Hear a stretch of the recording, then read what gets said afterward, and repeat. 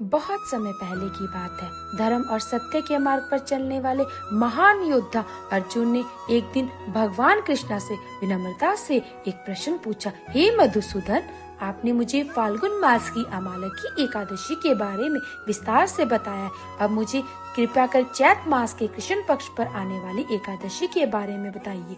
उसका क्या नाम है, उसका क्या महत्व है?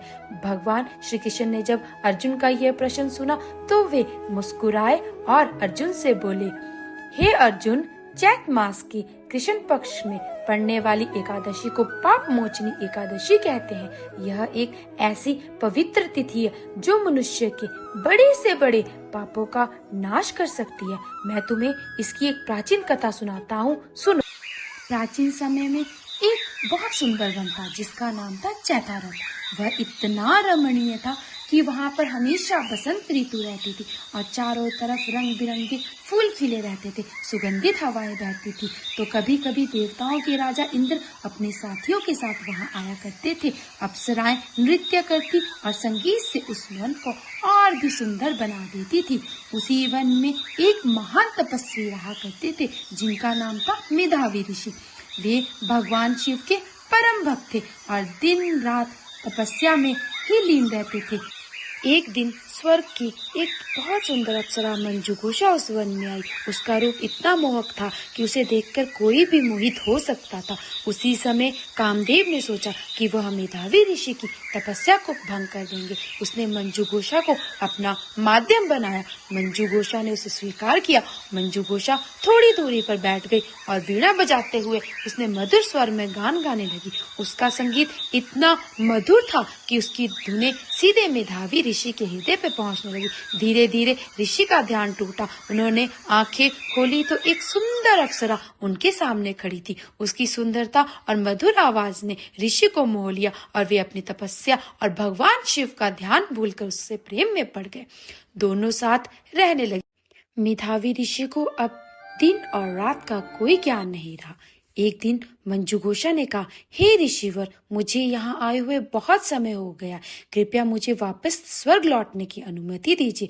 ऋषि ने कहा, अभी तो तुम संध्या समय में आई हो, सुबह होते ही चले जाना। लेकिन यह रात कई वर्षों में बदल चुकी थी। कई बार मंजुघोषा ने जाने की अनुमति मांगी पर ऋषि हर बार कहते रहे, अभी थोड़ी देर और रुक जाओ। आखिरकार एक दिन मंजुघोषा ने कहा, हे ऋषिवर, कृपया स्वयं सोचिए, मुझे यहाँ आए हुए कितना समय हो गया। तभी मेधावी ऋषि को अचानक समय का बोध हुआ। वह गहरी सोच में डूब गए। उन्हें पता चला कि 57 वर्ष बीत चुके हैं। ये सुनकर वे स्तब्ध रह गए और इतना लंबा समय उन्होंने तपस्या के स्थान पर भोग विलास पर बिताया था। उनको बहुत अधिक क्रोध आया और पश्चाताप भी हुआ।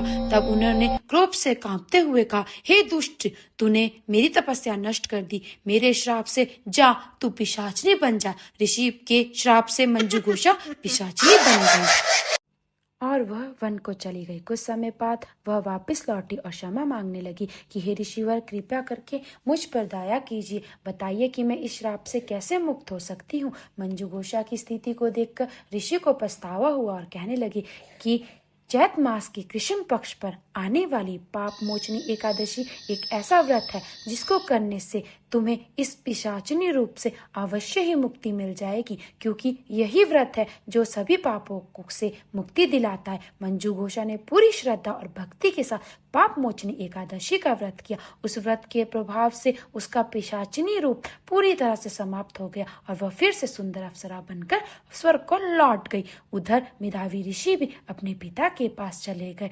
हे अर्जुन, जिस प्रकार मेधावी ऋषि और मंजुघोषा ने इस व्रत को कर अपने पापों से मुक्ति पाई, उसी प्रकार मेरा वचन है कि जो भी मनुष्य इस व्रत को बड़ी श्रद्धा भक्ति के साथ करेगा, मैं उनके पापों से उन्हें अवश्य ही मुक्ति दिलाऊंगा।